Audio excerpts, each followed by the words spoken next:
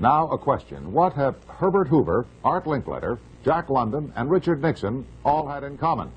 Well, they've all been members of the exclusive all-male Bohemian Club in California, where every year at this time, the elite from around the country get together for 2.5 weeks of fun and games. Steve Shepard has this special assignment report. More than 2,000 members of San Francisco's exclusive and all-male Bohemian Club have once again descended on Northern California. These men will spend most of the month of July encamped on some 2,700 acres of pristine and privately owned redwood forest. Forest very much like this. The place is called Bohemian Grove, and it's located just 80 miles north of San Francisco. The Grove is the Bohemian Club's summer retreat, and its facilities are hidden beneath lush forest canopy extending south from the banks of Sonoma County's Russian River. For more than a century, the camp has been a place where club members and guests from all across America gather to relax. The retreat is divided into dozens of small camps, the most prominent of which is called Mandalay. Among its members are businessmen like Leonard Firestone and Edgar Kaiser, and political figures like Gerald Ford, Henry Kissinger, William French Smith, and George Shultz. President Reagan, Vice President Bush, and Defense Secretary Weinberger are members of other camps. Richard Nixon is a Bohemian, and so are high-ranking executives of such companies as Eastern Airlines, Standard Oil of Indiana, and Bank of America. For the most part, the men of Bohemian Grove are over 50, highly successful, and, according to many employees, politically conservative. Well, each year, many of them seem to have a stunt, or try to come up with a stunt. Last year, in 1980, the popular button was Free the Fortune 500.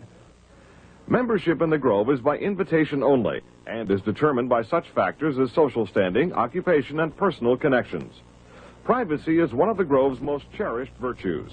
Members may not photograph, record, speak, or write about activities at the retreat. While many public officials are Grove members, the press is a distinctly unwelcome guest. We're from ABC News. Well, get back there. Can we talk to somebody in the... Get back there. Anyone willing to navigate a boat up the Russian River can get a glimpse of the northern edge of the compound, but that's about all. Still, there are outsiders who have researched the Grove.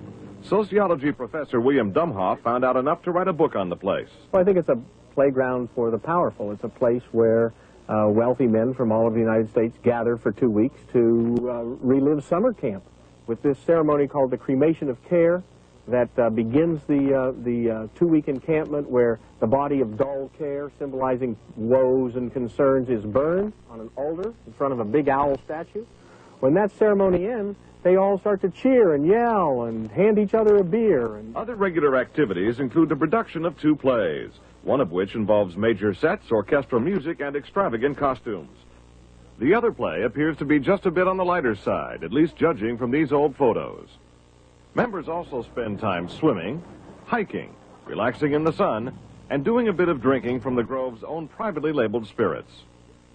Like a boys' camp, the Grove has a symbol, in this case a somewhat fierce-looking owl. It also has a patron saint, St. John of Nepomuk, a legitimate 13th century Bohemian canonized for his sense of honor. What the Grove does not have is any women, not even as employees. Despite its camp-like atmosphere, the Grove does host some serious business. To the degree that there's anything important happens at the Bohemian Grove, it's political. The important speeches that have been made at the Bohemian Grove have been made, for instance, and the best example, by Richard Nixon. Eisenhower gave a speech there. It was the first time the West Coast establishment really saw him close up. Discussions at the Grove in the 1930s helped lead to the development of nuclear power and the atomic bomb. It was at the Grove in 1967 that Richard Nixon and Ronald Reagan hashed out differences over their presidential ambitions. Each year, guests like Henry Kissinger or Zbigniew Brzezinski address members on their areas of expertise. Presidential counselor Edwin Meese will be among this year's speakers. And each year, other guests come to the Grove simply to enjoy themselves.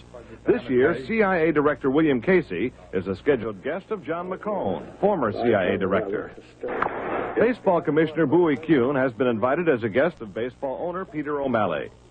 Despite the presence of so many notables, the Grove is not without its small headaches. Anti-nuclear demonstrators gathered near the entrance to the retreat this year to wave signs and chant slogans. The Grove is also facing a suit from the state of California because it refuses to hire women. Still, the Bohemian Grove seems in no danger of passing. Herbert Hoover called it the world's greatest men's party. and there is a list of powerful people waiting to get in on it. Steve Shepard, ABC News, San Francisco.